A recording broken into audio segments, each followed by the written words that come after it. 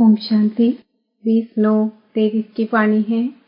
मीठे बच्चे, तुम्हें पुरुषार्थ कर एयर कंडीशन की टिकट खरीदनी है। एयर कंडीशन टिकट लेना अर्थात माया की गर्म हवा अथवा वार से सैफ रहना। प्रश्न, तुम बच्चों को महाविनाश का दुख होगा या नहीं? इसका पाप किस पर चढ़ता है? उत्तर, तुम्हें इस महाविनाश का दुख हो नहीं सकता क्योंकि तुम तो फरिश्ता बनते हो। तुमको नॉलेज है कि अब सभी आत्माओं को मच्छरों सदस्य वापस घर जाना है। तुम्हें किसी की मौत पर दुख नहीं होता क्योंकि तुम साक्षी हो, देखते हो। तुम जानते हो आत्मा तो सदा अमर है। इस विनाश का पाप किसी पर भी नहीं लगता। यह तो जैसे लड़ाई का यज्ञ रचा हुआ है। सभी लड़ मर कर घर वापस जाएंगे। यह भी ड्रामा की भावी है। गीत, महफिल में जल उठी क्षमा परवाने के लिए। ओम शांति। बच्चों ने एक लाइन गीत की सुनी। यह महफिल है किसकी? ज्ञान सागर की, जिसको फिर मनुष्य इंद्र की महफिल कहते हैं। इंद्र सभा बहुत मनुष्य समझते हैं। इंद्र पानी की वर्षा बरसाते हैं। बच्चे समझते हैं यह ज्ञान सागर परमपिता परमात्मा की सभा है। इसमें परवाने बैठे हैं।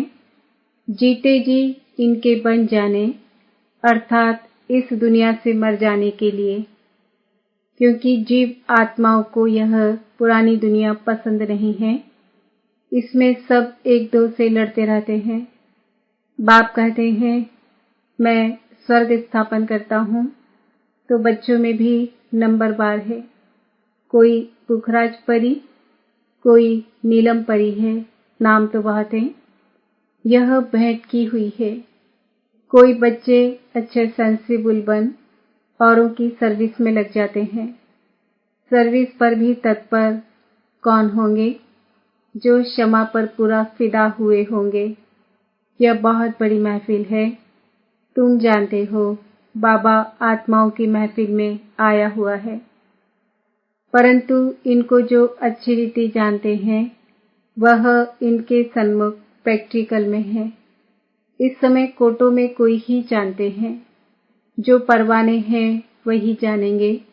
जो फिदा हो जाते हैं बाबा के बन जाते हैं। यह तो समझाया गया है। यह है जीते जी मरना। बाबा मैं आपका हूँ। पहले हम आपके पास अशरीरी रहते हैं, फिर यहाँ आकर शरीर लेते हैं। बच्चों को जो भी ज्ञान मिलता है यह और कोई दे नहीं सकता, क्योंकि बाप को नहीं जानते। तुम बच्चों को परम पिता परमात्मा आकर पढ़ाते हैं। गाया हुआ है। सभी वेद शास्त्र आदि गीता के पत्ते हैं। सब मनुष्य मात्र इस मांडवे में किसके पत्ते हैं? इस देवी देवता धर्म से ही सब निकले हैं।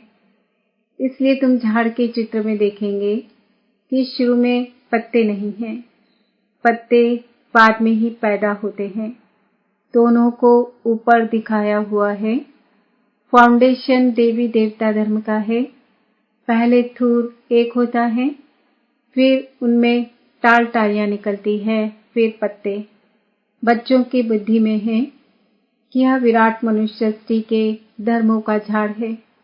आजकल की गवर्नमेंट धर्म को नहीं मानती। कहते हैं हम सब आपस में रह सकते हैं, परंतु आपस में ठक ठक कितनी है।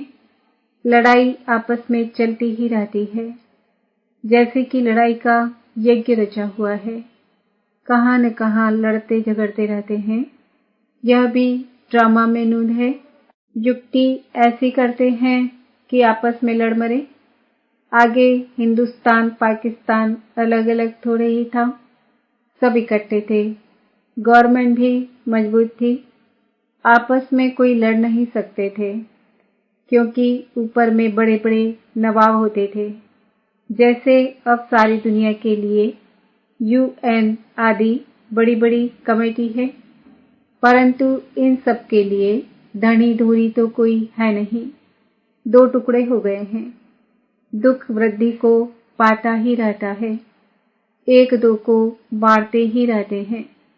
ड्रामा में देखो कैसा राज है। एक दो से लड़ेंगे तो बाप पर थोड़े ही पाप लगेगा। हम साक्षी हो देखते हैं। तुम जानते हो सब लड़कर खत्म ही हो जाने वाले हैं।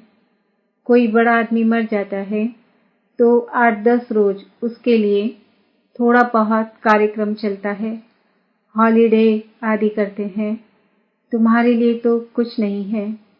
तुम तो फरिश्ते बन रहे हो। तुमको विनाश का भी दुख नहीं होता है। अब तो मच्छरों सदस्य मरेंगे, फिर कौन किसको देखेंगे, यह राज तुम बच्चे ही जानते हो। नई दुनिया में रहने वाले तो बहुत फर्स्ट क्लास चाहिए। यहाँ कोई मरे तो तुमको थोड़े ही दुख होगा। तुम तो साक्षी हो देखते हो। इसने जाकर दूसरा शरीर लिया अपना पाठ बजाने के लिए। तुम्हारे में भी सब निश्चय बुद्धि नहीं है। ग्रस्त व्यवहार में रहते पांव से चोटी तक अब खुशी का पारा चढ़ रहा है। फिर कोई का कम, कोई का जास्ती, कोई को फिर पाई का भी नहीं चढ़ता। जैसे आटे में नमक, उनको फीका ही कहेंगे। मालूम पड़ता है कि किन्हों को नारायणी नशा चढ़ता है, माता पिता की सर्विस करते हैं। ऐसे नहीं, ग्रस्त व्यवहार में रह सर्विस नहीं कर सकते। वह तो और ही जास्ती सर्विस करेंगे, और ही जास्ती माँ बाप का नाम भी बाला करते हैं। ग्रस्त व्यवहार में रहकर कमल फूल समान अचल अडोल बनकर फिर औरों को भी बनाते हैं। दोनों की महिमा जास्ती है। तुम तो शुरुआत में निकल पड़े, वह भी ड्रामा। भट्टी बननी थी, उसमें से भी कोई कच्ची ईंट निकली, कोई पक्की भी निकली। ICS के इम्तिहान में सब थोड़े ही पास होते हैं, क्योंकि गवर्नमेंट को बहुत पगार देना पड़ता है। यहाँ भी ऐसे हैं, बड़ी जायदाद देनी पड़ती है। मुख्य 8 पास होते हैं, फिर 108 की माला बनती है। पुरुषार्थ कर ऊंच पद पाना है, रिजर्व कराया जाता है ना। फर्स्ट क्लास एयर कंडीशन में कभी गर्म हवा नहीं लगेगी। तुमको कोई भी इस दुनिया की गर्म हवा अर्थात माया का वार न लगे, इतना मजबूत होना चाहिए। 8 तो बिल्कुल फर्स्ट क्लास है, फिर 108 है। नाम भी है महारथी, घोड़ेसवार, प्यादे। हर एक समझ सकते हैं कि हम कौन सी टिकट खरीद कर रहे हैं। हर एक को टिकट लेनी है। पुरुष को अपनी, स्त्री को अपनी टिकट लेनी है। स्त्री को चांस चाहती है, क्योंकि पुरुष जो करते हैं तो उसका आधा हिस्सा स्त्री को मिल जाता है। स्त्री जो सौदा करती है, वह कुछ भी देती है तो उसका हिस्सा पति को नहीं मिलता है, क्योंकि पुरुष तो रचयिता है। पैसे उनके हाथ में रहते हैं। वह जो करेगा उसका हिस्सा स्त्री को मिल जाता है। स्वर्ग में तो दोनों मालिक रहते हैं। बच्चा एक होता है, परसा भी वह पाता है। कन्या भी अपना हिस्सा कायदे अनुसार ले लेती है। कल्प पहले जो कायदा चला है वही चलेगा। वहाँ की रस्म रिवाज का ख्याल नहीं करना चाहिए। बाबा ने बहुत तो साक्षात्कार करा दिया है। कैसे राजधानी ट्रांसफर होती है, यहाँ ट्रांसफर होती है तो ब्राह्मण गुरुओं आदि को बुलाया जाता है। आगे की रस्म रिवाज बहुत अच्छी थी। जब वानप्रस्थ लेते थे तो बच्चे को बड़े प्रेम से गद्दी पर बिठाते थे कि अब तुम कारोबार संभालो। अभी तो बिल्कुल बूढ़े हो जाते हैं तो भी छोड़ते नहीं हैं। आगे बच्चे मात्र स्नेही होते थे, अब तो मात्र द्रोही बन पड़े हैं। माँ की भी चोटी पकड़ बाहर निकाल देते हैं। इसको कहा जाता है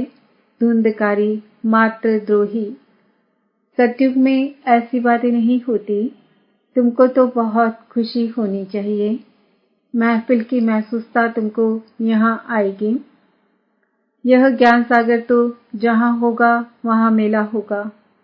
नदियों का मेला होता है ना। तुम नदियाँ तो आपस में मिलती रहती हो। यह तो है ज्ञान सागर और नदियों का मेला। यह है जगदम्बा सरस्वती, उनका भी नाम वाला है। माँ के पास भी कितने मिलने आते थे, क्योंकि उनकी मुरली बहुत अच्छी थी।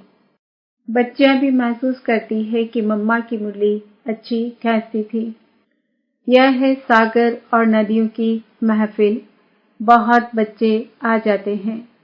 पहले सागर, फिर नदियाँ, छोटी नदियाँ या बड़े कैनाल आदि आदि होते हैं ना। तुम हर एक समझ सकते हो कि हम छोटी नदी हैं या बड़ी नदी। बड़ी बड़ी नदियों को बुलाते हैं कि आकर भाषण करो, तो जरूर वह तीखे हैं। मम्मा को कितना बुलाते थे। शिव बाबा का मिला हुआ खजाना आकर दो। तुम बच्चियां जाकर ज्ञान रत्नों का दान करती हो। ज्ञान का एक एक वर्षन लाखों रुपए का है। शास्त्रों में कोई ज्ञान के वर्षंस नहीं है। अगर होते तो भारत बहुत साहूकार होता। तुमको तो रत्न मिलते हैं, जिनसे तुम 21 जन्म के लिए साहूकार बनते हो। अभी संगम युग पर तुम सबसे ऊंचे हो। फिर सतयुग त्रेता में तुम्हारी डिग्री कम हो जाती है। अब तुम ईश्वरी दरबार में बैठे हो। तुम जानते हो बाबा 21 जन्मों का वर्षा देने वाला है। उनको ही सब याद करते हैं वाले हैं। दुख देने वाली चीज को हमेशा भूला जाता है। हे बाबा, हमारे तो आप हो, दूसरा न कोई। परंतु श्री कृष्ण का नाम सुना है तो उनको ही याद करते हैं। तुम श्री कृष्ण की राजधानी में थे। बाप इस कंसपुरी को श्री कृष्णपुरी बना देते हैं। आसुरीपुरी से फिर देवीपुरी बन जाएगी। फिर दिखाया है कि असुरों और देवताओं की लड़ाई लगी। देवताओं की जीत हुई। देवताएं रहते हैं स्वर्ग में। वास्तव में तुम्हारी लड़ाई है 5 विकारों से। अभी रामायण की बड़ी धुनी लगेगी, क्योंकि दशहरा आता है। गवर्नमेंट भी मनाती है, रामलीला करते हैं, परंतु यह जानते नहीं कि रावण क्या चीज है। कई बच्चे कहते हैं नेष्टा में बिठाओ। वास्तव में याद तो चलते फिरते करना है, परंतु जो सारे दिन में याद नहीं करते उनको बिठाया जाता है कि यहाँ बैठने से कुछ न कुछ याद करें। बहुत है जो सेंटर्स में जब आते हैं तो याद में रहते हैं, घर गए तो खलास। याद करने की प्रैक्टिस नहीं है। बुद्धि और तरफ भटकती रहती है। बच्चों को समझाया गया है कि आत्मा स्टार है, जिसको बिंदी भी कहते हैं। स्टार में तो ऐसे कोने होते हैं, बिंदी में नहीं होते। स्टार्स इसलिए कहते हैं क्योंकि भेंट की जाती है। लकी सितारे कहा जाता है। बिंदी रूप आत्मा में ज्ञान की चमक है। आत्मा बिंदी में सारा पाठ है। बाप कहते हैं मुझ बिंदी में यह पाठ है जो मैं भक्ति में बजाता आया हूँ। तुम बच्चों का सबसे जास्ती पाठ है, क्योंकि तुम ऑलराउंड चक्र लगाते हो। तो चक्रवर्ती राजा भी तुम बनेंगे। दुख हो चाहे सुख हो, तुम ही पाते हो। मेरा पाठ तुम्हारे जितना नहीं है। मैं वानप्रस्थ में चला जाता हूँ। फिर भक्ति मार्ग में मेरी सर्विस शुरू होती है। याद भी करते हैं ड्रामानुसार। जिस जिस देवता की पूजा करते हैं, साक्षात्कार फिर भी मैं कराता हूँ। यह ड्रामा में मेरा पार्ट है। वह समझते हैं हमको इनसे साक्षात्कार होता है, इनमें भी भगवान है। समझते हैं गणेश से साक्षात्कार हुआ तो गणेश में भी परमात्मा है। इससे ही सर्वव्यापी का ज्ञान उठा लिया है। और तुम सब बच्चे कहते हो हम सब बाबा को याद करते हैं, अर्थात सब में बाबा की याद है। तो इससे भी सर्वव्यापी समझ लेते हैं। बाप कहते हैं मेरी याद में भी सब नंबरवार पुरुषार्थ अनुसार रहते हैं। जितना जो याद करेंगे उतना विकर्म विनाश होंगे। बाकी आत्मा तो हर एक में अपनी अपनी व्यापक है।